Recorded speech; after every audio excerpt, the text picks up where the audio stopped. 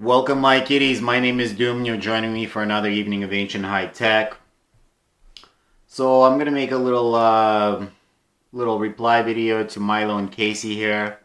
There's been lots of banter underneath their new drop of Chris Dunn and Ahmad Adli here. Um, I'm replying to a comment that Ancient Presence shot at me because my comments are officially getting blitzed on YouTube. I mean, there's not a single thing that I can post. Um, when it starts with replies, YouTube is trying to modify my behavior and is deleting everything that I put in, which is really, really annoying. So I gotta go hard copy here and reply with a video. So let's just start with that.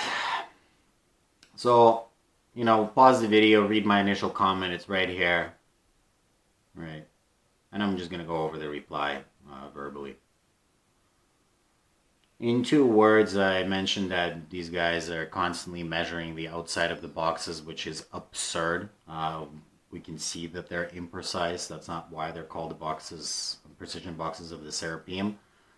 They're called that because of internal dimensions. And in fact, Isida went down there and measured all of them and labeled 4 of them with perfect 90-degree corners.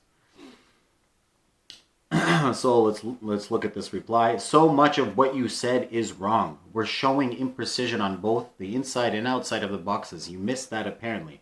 So much of what I said is wrong. So much. What did I say that is wrong? That you're measuring the outside of the boxes and calling them imprecise? That's what you've been doing. You know, in your trilogy, you've spent several minutes analyzing the outside of the box and calling them imprecise, outside of the boxes and calling them imprecise, which is absurd. It's stupid. Obviously, they're imprecise. We don't need your commentary on it. A 2-year-old can see that they're imprecise. What else did I say that's wrong? That Isida went down there and 4 of the boxes apparently got nailed with 90-degree corners. It's right on their site. Just go look, Expedition 2012. So that's not wrong. Box 25 got remeasured, so 3 of the boxes got nailed. Box 25 maybe off. I want the truth was said by Chris Dunn, so apparently you didn't even watch the video. Yeah, I did watch your video. I watched it twice, the entire podcast, and I've watched some of these excerpts as well. Honestly, kitties, your presence here is in the comment section is always obnoxious, full of bias. You speak with a condescending tone and you present wishful thinking perspective and verifiably false statements just because you want to believe so much in lost technology. Obnoxious. Yeah, I'm obnoxious. But you know who's obnoxious? Your whole camp, your buddies, the SGD, the Miano, the Matt from Ancient Architects who operates from a proxy account and talks insane, mad shit day in, day out underneath all of these clips. The damage has been done and the trolls have trolled. So I'm going to be obnoxious. I'm going to be in the face of all of your buddies. Yeah, we're in the same community, but we're not going to be friends. We're not going to be friends. We're learning off each other, absolutely. So the combative approach that I've adopted is natural. It's a response. All right. I didn't start it. It's natural. And is going to continue and is going to continue from your end as well. I can't even take you seriously. I want to respond with factual data, but it feels like I wasted my time. You don't have to take me seriously. You don't take anybody seriously. But maybe you should start taking somebody who's got, decades of experience in construction and stone seriously when talking about stonework. Think about that. I watched your video reacting to our content and I was surprised at your state of mind. You were surprised? What was my state of mind? Calm, collected, state of mind that disintegrated your trilogy in 15 minutes? You wanted so much to discredit our entire Serapeum series with one piece of evidence you mentioned. That's not scientific or logical. It only takes one piece of evidence to send a person to the lethal injection slab in court. Only one. It would only take one piece of direct evidence to obliterate a plethora of your circumstantial, contextual, historical mumbo jumbo that you have produced on the Serapeum. You somehow believe that you've provided thousands of pieces of evidence on the Serapeum that state the dynastic period did it. You didn't. Okay, newsflash, you didn't. You provided like 4. What did you provide? The stele that got lit on fire in this podcast with a single mistranslated word. Not that that smoking gun evidence that turned into a toy gun was a smoking gun of anything in the first place. Like I said before, those pharaohs were on massive ego trips and were probably full of shit and could have just lied. Why would you admit that you stole some box, and dedicated it in a sacred ceremony? So even if that word is meant to be made, that's not a smoking gun of anything. What else did you provide? Rollers, wooden rollers by the French dude. Oh my God, incredible piece of evidence. It's nothing. It's nothing. Okay? It only says that those boxes could have, attempts of those boxes could have been made. To move those boxes could have been made. Right? That's it. That's all that it is. You need to refute enough points that our entire thesis falls apart, not only one piece of evidence. If the pieces of evidence are not even evidence in the first place, I don't need to refute them. You're a prime example of confirmation bias, and I hope you can recognize that. Look at the factual evidence and analyze it as objectively as possible. Remember, you're basing all of your opinions on the Serapeum on a very limited set of data, mostly presented by Chris Dunn. No, absolutely not. I do not need anything that Dunn did or anything that Uncharted X did. Well, actually, I need the footage from Uncharted X. That's the difference between me and you, is I can turn off the audio on, a clip by Uncharted X, and I can conduct my own observational report and find stone anomalies. You can't. You rely on other people's work. You rely on secondhand, accounts of Egypt by some French dude. That's not scientific or logical. You know what's not logical? You relying on second-hand account of the French dude and ignoring first-hand account of the Egyptians. Venerable Shamsu-Hor, 13,420 years. Reigns before the Shamsu-Hor, 23,200 years. Total, 36,620 years. Why do you ignore first-hand account of the Egyptian race? A long-standing historical record of the race. Why? Why do you go with a second-hand account? That's called confirmation bias. Oh, there is no ancient high technology. Let's find some evidence that supports it. That's confirmation bias. And ignoring this is just ignoring it. It's just ignoring it. Oh, it's a myth. Quite the myth. To the year. 13,420 to the year. 23,200 to the year. Wow, incredible myth. Going back. You need to refute enough points that our entire thesis falls apart, not only one piece of evidence. Okay, you're an example of confirmation bias. I hope you can recognize that. We just went over what confirmation bias is. Look at factual evidence and analyze it as objectively as possible. Blah, blah, blah, blah, blah, blah. Sorry, we already read this. If the sarcophagi were made using high technology, the outsides of them wouldn't be so wonky, wavy, curvy, asymmetrical, crooked, janky, and inconsistent. They would be more precise like the insides, rather than focusing on minuscule amount of measurements done made on the box and demanding that the only explanation must be high technology for the entire site. Maybe you should look at the other incredible amount of imprecise, crooked sections of the boxes that we can see in hundreds of photos and explain why there could be any other explanations other than them being made with primitive hand tools. Well, let's look. Let's look at the wonky, wavy, curvy, inconsistent. This is your analysis of the outside of the boxes, the imprecision of the outside of the boxes. Off the stone surfaces. This lid here has some really wonky surfaces on it, and its edges are anything but straight. Same thing on this lid. And what's going on here with all these trippy contours and strange shape? Oops. On it, and its edges are anything but straight. Same thing on this lid. And what's going on here with all these trippy contours? See, this is the difference between you and I, is you're unable to perceive the anomalies, period. Never mind explaining them, you just can't see them. You should get a stonemason or somebody who works in a quarry in stone manufacturing, a stone carver. I'm not talking about like people that carve statues, but like, fabrication stone guys with a chisel and a mallet. Those guys know stone. This is an insane cut in granodiorite. How do you do this with a saw? What the hell is this? This is an anomaly.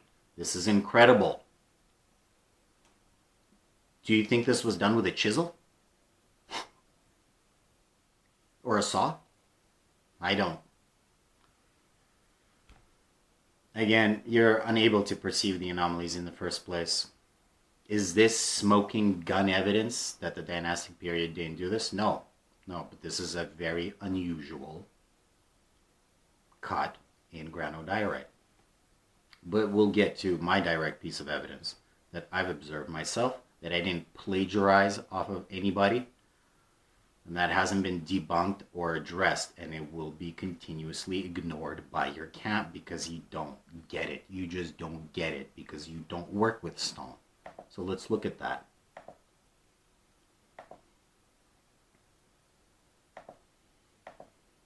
Susceptible to cracking any further.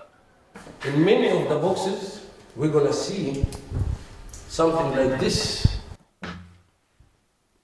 Again, a perfectly finished box that's roughed out. But after it's done, it looks like it's melted down, and it's not. Yes. What is happening? Yusuf is talking about crack removal here, but he's missed what's right in front of his face is a rough granite surface. Not a single tool, past or present, will bring a piece of granite to a complex shape. This is a complex shape, and leave the outer surface rough. We don't have anything like that. There's not a single saw cut mark on here. You know, that example of Dennis Stocks sawing that piece of granite? Yeah.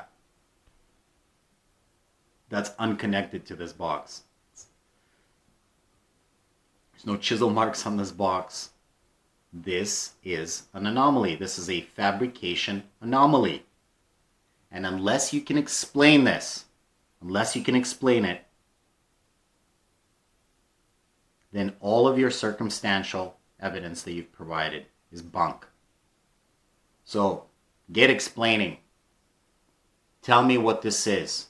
How do you make this box and leave a rough surface? Happening here, the stone naturally You don't do this with pounding stones. Pounding stones leave smooth surfaces. has cracks. And what they are doing is emptying the crack so it doesn't extend and cause damage to the rest of the box. Like in this case, you can see the natural crack is right here. You see? Let's get back to the comment.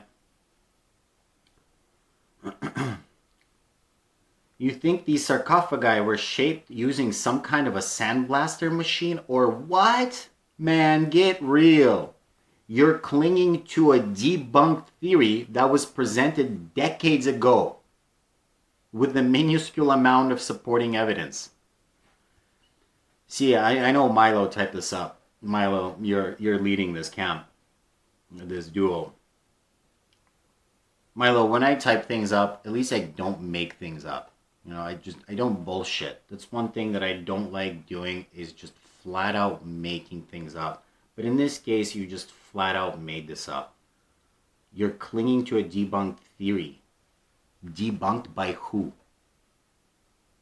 Decades ago, somebody said that these boxes of the Serapeum were made with a sandblaster decades ago. Where did you get this? Why are you saying this? Nobody has debunked anything. It's right there, sitting in stone, rough surfaces. I said that it could have been a sandblaster. because that's the only thing that came to mind. How could you shape something and leave a rough surface, a sandblaster, a water jet cutter, maybe? I appreciate your dedication in finding the truth, but you're so incredibly wrong, and I hope one day you'll see it.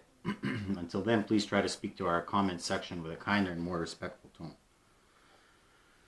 Man, there's nothing disrespectful in this initial comment. I just said talking about imprecision of the boxes is so bizarre, and asked you, when are you going to realize that these boxes are called precision boxes of the Serapeum because of the internal dimensions? That's all. There's nothing condescending. It's just, asking a question.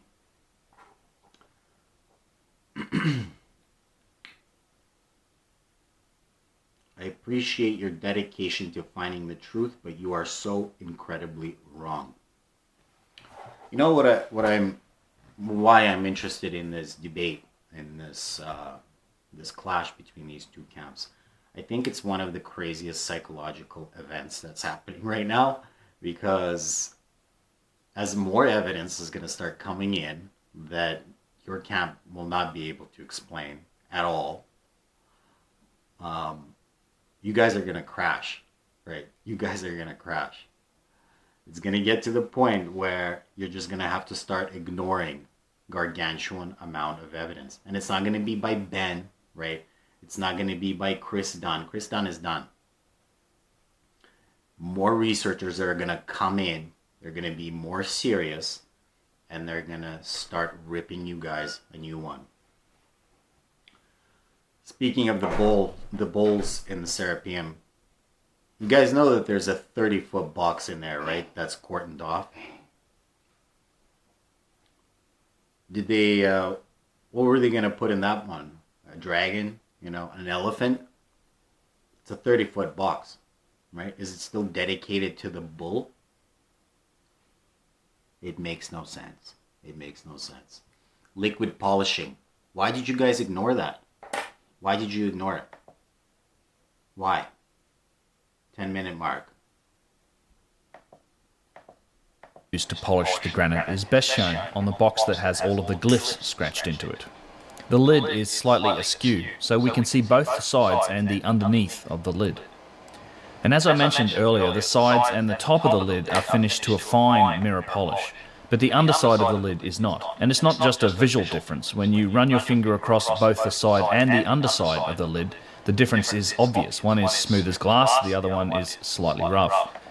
Those are drips running off the box, running off this surface, running like water. Yet if you take a close look at the edge where these two surfaces meet, you will find what looks like pooling and drip marks on the underneath of the lid, as if a viscous liquid has run down the sides of the box, collected in places, and then dripped off. Where you can see these marks, the surface is smooth, it's polished, and it's just like the rest of the box, yet not like the remainder of the underside of the box. There's going to be research done on the liquid polishing, and when it's determined that there's a microscopic barrier between polished and non-polished, the experimenters will have to go to work. I mean, they can run that experiment, right? SGD, you can run that experiment. And it's going to be a fail. And if it's determined there's liquid polishing in the Serapeum, you guys are done. You're done. You're finished. Okay, we're moving on. We're switching off of Ancient Presence, and I'm going to address another comment, another expert that's been blowing me up here. CSGD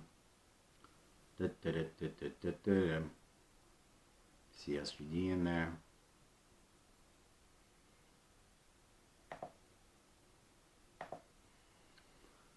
So another researcher of 30 years of research told me that there are no stone anomalies. If there are no stone anomalies, then he must know everything. He knows every question, answer to every question. And I asked him what the knobs are. What are the knobs that are all over Egypt, all over Peru, all over China, and all over India? And this is what he came up with. Since he knows everything, he's quoted. Lifting bosses or handling bosses are protrusions intentionally left on stones by masons to facilitate maneuvering the blocks with ropes and levers. They are an important feature of the ancient and classical construction were often cut away despite having fulfilled their purpose. So, lifting bosses for ropes. Oh man. Ta-da! Here they are. 6,118 metric tons. See, the more this camp types up, the deeper the grave gets. So if these are lifting bosses for ropes and levers, then it must mean that this 6,000 ton block was going to be moved with ropes and levers. Correct? Eyes of Horus, buddy, I'm going to direct you to this video. Foolish. Foolish. Another stone anomaly that you guys can't explain, Milo and Casey. You don't know what these lifting bosses are. You don't know why they're global. You don't know. You just don't know. But you're an expert on the Serapeum with thousands of pieces of evidence. That's it. I'm done. You're going to see me again. You're going to see me in the comment section. I'll try and be nicer. Good night.